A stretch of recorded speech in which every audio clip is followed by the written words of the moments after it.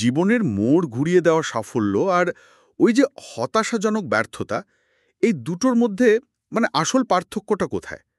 প্রায়ই দেখি না কেউ কেউ খুব সহজেই যেন নিজেদের স্বপ্নগুলো সত্যি করে ফেলছে, তরতর করে এগিয়ে যাচ্ছে, অথচ অন্যরা বছরের পর বছর শুধু পরিকল্পনাই করে যাচ্ছে, কিন্তু বাস্তবিক কিছু এগোচ্ছে না। ব্যাপারটা বেশ ভাবায়, তাই না? অবশ্যই ভাবায়। আর এর উত্তরটা খুঁজতে গিয়ে অনেকেই বেশ জটিল সব তত্ত্বের পেছনে ছোটেন।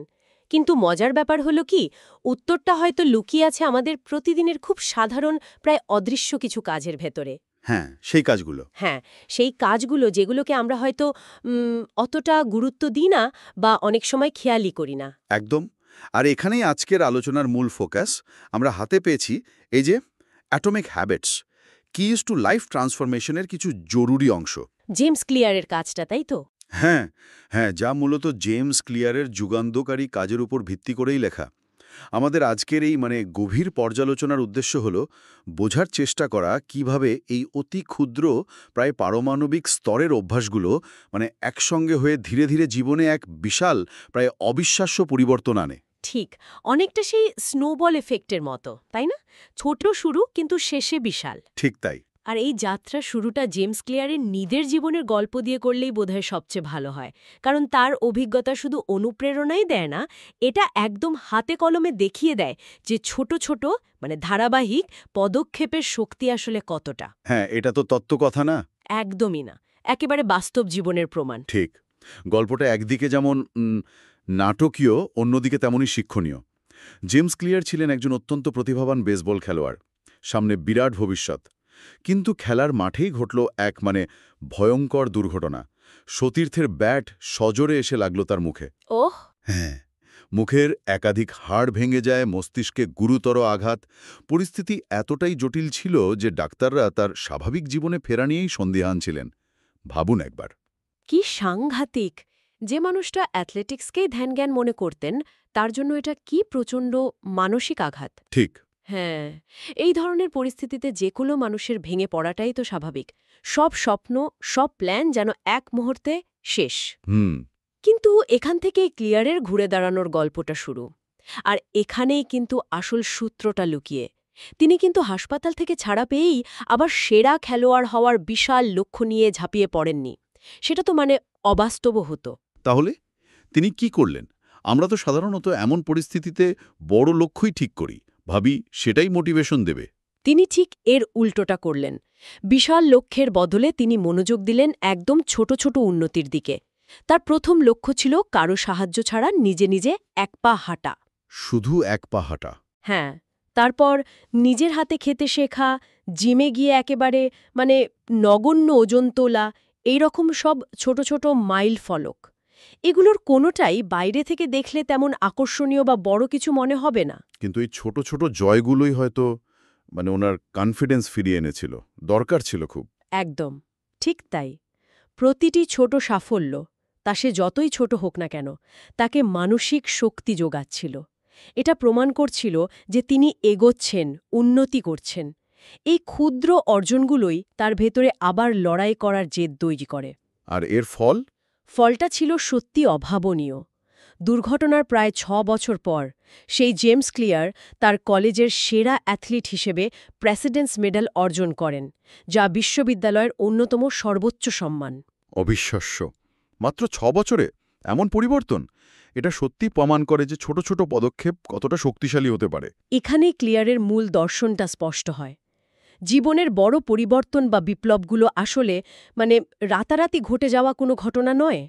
এগুলো হলো অসংখ্য ছোট ছোট ধারাবাহিক প্রচেষ্টার চূড়ান্ত ফল। ক্লিয়ার এই ক্ষুদ্র অভ্যাসগুলোকেই বলছেন অ্যাটমিক হ্যাবিটস। অ্যাটমিক বা পারমাণবিক, কারণ এগুলো এতটাই ছোট যে প্রায় অদৃশ্য, কিন্তু এদের সম্মিলিত প্রভাব বিশাল হতে পারে। জীবনের এই রূপান্তরের চাবিকাঠি আসলে এই ছোট অভ্যাসগুলোই। এই অ্যাটমিক ধারণাটাই খুব পাওয়ারফুল। এটা আমাদের চিরাচরিত ভাবনার মূলে কিন্তু একটা নাড়া দেয়। আমরা সবসময় বড় লক্ষ্য বা গোল সেট করতে অভ্যস্ত। একটা ভালো চাকরি চাই, ওজন কমাতে হবে, নতুন বাড়ি, এইসব। হ্যাঁ, মনে হয় এই লক্ষ্যগুলো পূরণ হলেই জীবন সফল। ঠিক, কিন্তু ক্লেয়ার বলছেন এই লক্ষ্যকেন্দ্রিক মানসিকতাতেই সমস্যা আছে। এটা একটু অদ্ভুত শোনায় না? মানে লক্ষ্য ছাড়া এগোবো কিভাবে? বিষয়টা একটু অন্যভাবে দেখতে হবে। লক্ষ্য অবশ্যই দরকার, ঠিক, সেটা আমাদের একটা ডিরেকশন দেয়, কিন্তু সমস্যাটা হলো আমরা প্রায়শই লক্ষ্যের উপর অতিরিক্ত গুরুত্ব দিয়ে ফেলি আর প্রক্রিয়াটাকে উপেক্ষা করি। প্রক্রিয়াটা? হ্যাঁ, ক্লিয়ার একটা খুব যুক্তিযুক্ত প্রশ্ন তুলেছেন। যদি শুধু লক্ষ্য ঠিক করাই সাফল্যের মূল চাবিকাঠি হতো, তাহলে তো সবাই সফল হতো। কারণ বিজয়ী আর পরাজিত দুজনেরই লক্ষ্য কিন্তু একই থাকে। ধরুন অলিম্পিকে সোনা জেতার লক্ষ্য তো প্রায় সব ফাইনালিস্টেরই থাকে। কিন্তু যেতে তো একজন। একদম। তাহলে পার্থক্যটা গড়ে দেয় কে বা কি? তার মানে লক্ষ্যটা যথেষ্ট নয়। আচ্ছা, তাহলে আসল রহস্যটা কোথায়?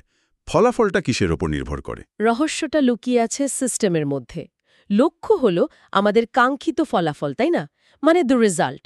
আর সিস্টেম হলো সেই ফলাফলে পৌঁছানোর প্রক্রিয়া, দ্য প্রসেস। সিস্টেম। ক্লিয়ার একটা স্থপতির উপমা ব্যবহার করেন। ধরুন লক্ষ্য হলো একটা সুন্দর বাড়ির নকশা, আর সিস্টেম হলো প্রতিদিন নিয়ম করে ভিত খোঁড়া, ইট গাঁথা, দেওয়াল তোলা, মানে বাড়িটা তৈরি করার পুরো দৈনন্দিন প্রক্রিয়াটা। আচ্ছা। শুধু নকশাটা দেয়ালে টাঙিয়ে রাখলে যেমন বাড়ি তৈরি হয় না, তেমনি শুধু লক্ষ্যের কথা ভাবলেও তো সাফল্য আসে না। আসল কাজটা হয় সিস্টেমে মনোযোগ দিলে। তার মানে সিস্টেম হলো সেই পথ বা অভ্যাসগুলো যা আমাদের লক্ষ্যের দিকে নিয়ে যায়। লক্ষ্য ঠিক করা হয়তো সহজ, কিন্তু সেই অনুযায়ী প্রতিদিন কাজ করে যাওয়া, মানে সিস্টেমটা বজায় রাখাটাই আসল চ্যালেঞ্জ। ঠিক ধরেছেন। লক্ষ্য অর্জন করলে আমরা একটা সাময়িক আনন্দ পাই, একটা উত্তেজনা হয়। কিন্তু যখন আমরা সিস্টেমটাকে ভালোবাসি, মানে প্রতিদিনের ছোট ছোট কাজ বা অভ্যাসগুলো উপভোগ করতে শিখি, তখন পুরো জার্নিটাই আনন্দদায়ক হয়ে ওঠে। তখন আর কাজগুলোকে বোঝা মনে হয় না। ইন্টারেস্টিং।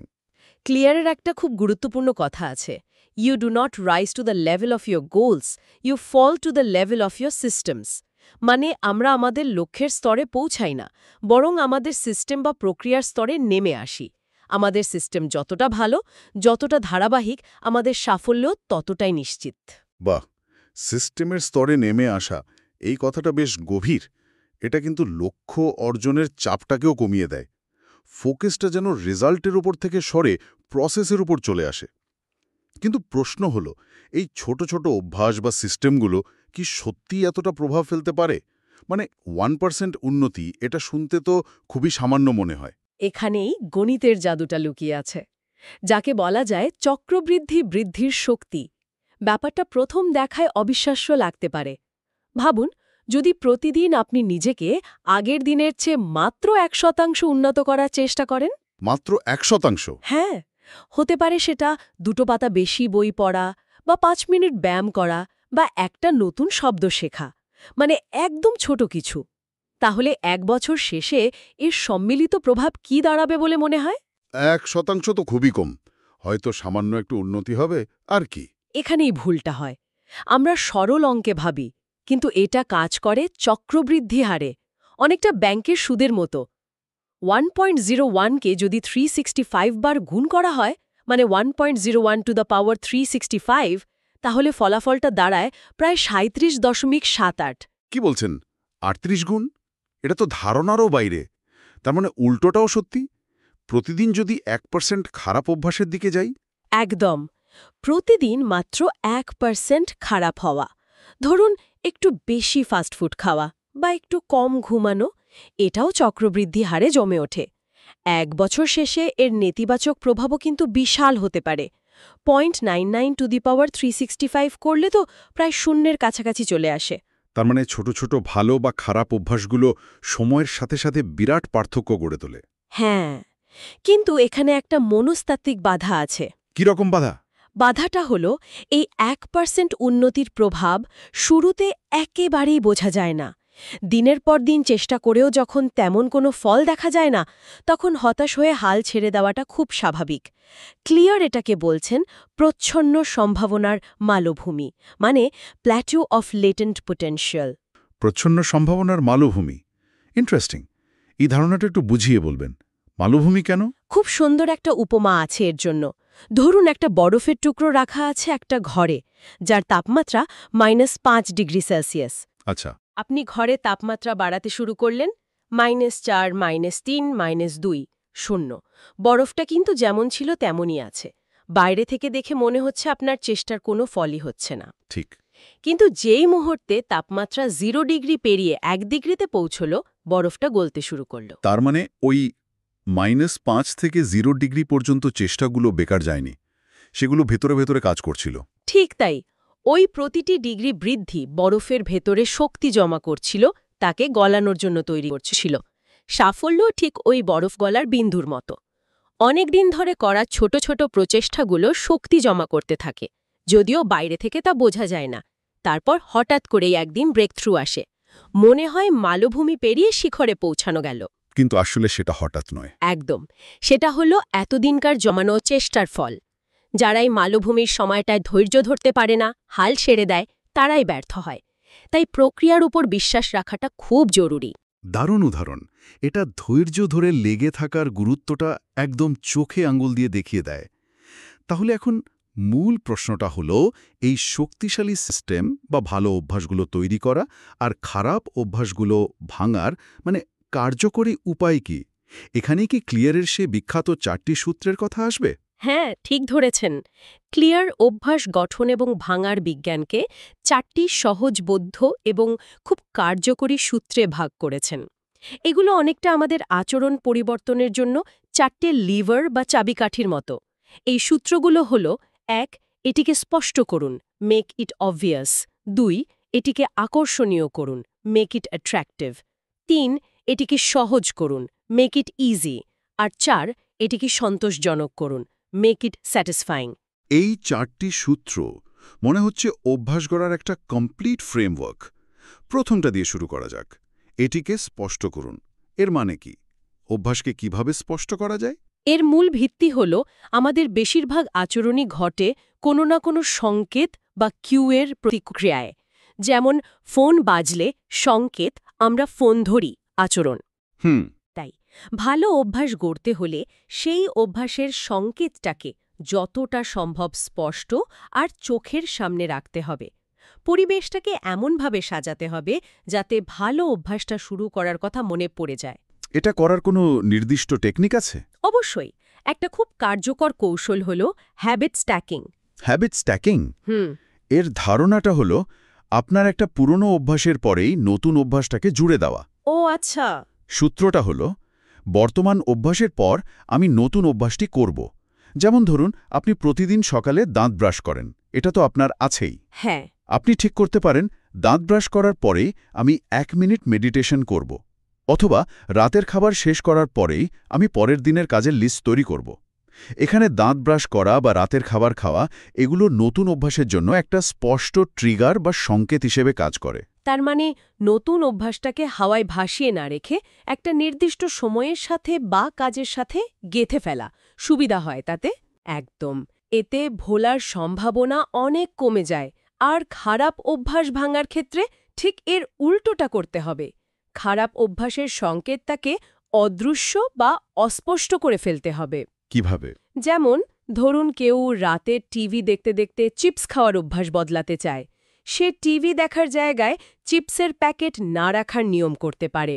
বা যদি ফোন ঘাটার প্রবণতা কমাতে চায়, তাহলে কাজের সময় ফোনটা অন্য ঘরে রেখে আসতে পারে। সংকেত দুর্বল হলে অভ্যাসটাও কিন্তু দুর্বল হয়ে যায়। বোঝা গেল। এবার আসি দ্বিতীয় সূত্রে। এটিকে আকর্ষণীয় করুন। প্রয়োজনীয় অনেক কাজই তো আকর্ষণীয় হয় না, তাই না? যেমন ধরুন, ব্যায়াম করা বা পড়াশোনা করা, সেগুলোকে কিভাবে আকর্ষণীয় করা যায়? এখানে আমাদের মস্তিষ্কের পুরস্কার বা ডোপামিন সিস্টেমকে কাজে লাগাতে হবে। মস্তিষ্ক সেই কাজেই বেশি উৎসাহিত হয় যা থেকে আনন্দ বা পুরস্কার পাওয়ার আশা থাকে। ক্লিয়ার। এখানে টেম্পটেশন বান্ডলিং কৌশলের কথা বলেছেন। Temptation bundling. Temptation bundling? হ্যাঁ। এর মানে হল, আপনি যে কাজটা করতে চান সেটার সাথে এমন একটা কাজ জুড়ে দিন যা আপনার করা উচিত। একটা উদাহরণ দিলে ভালো হয়। ধরুন, আপনার নেটফ্লিক্সে নতুন সিরিজ দেখতে খুব ভালো লাগে, এটা আপনি চান, কিন্তু আপনার প্রতিদিন 30 মিনিট ট্রেডমিলে হাঁটাও উচিত, এটা করা উচিত। টেম্পটেশন বান্ডলিং হবে, আমি শুধু তখনই নেটফ্লিক্স দেখব যখন আমি ট্রেডমিলে হাঁটছি। ও আচ্ছা আচ্ছা। অথবা ধরুন, আপনার কফি খেতে ভালো লাগে, কিন্তু সকালে উঠে জরুরি ইমেল চেক করতে ইচ্ছে করে না।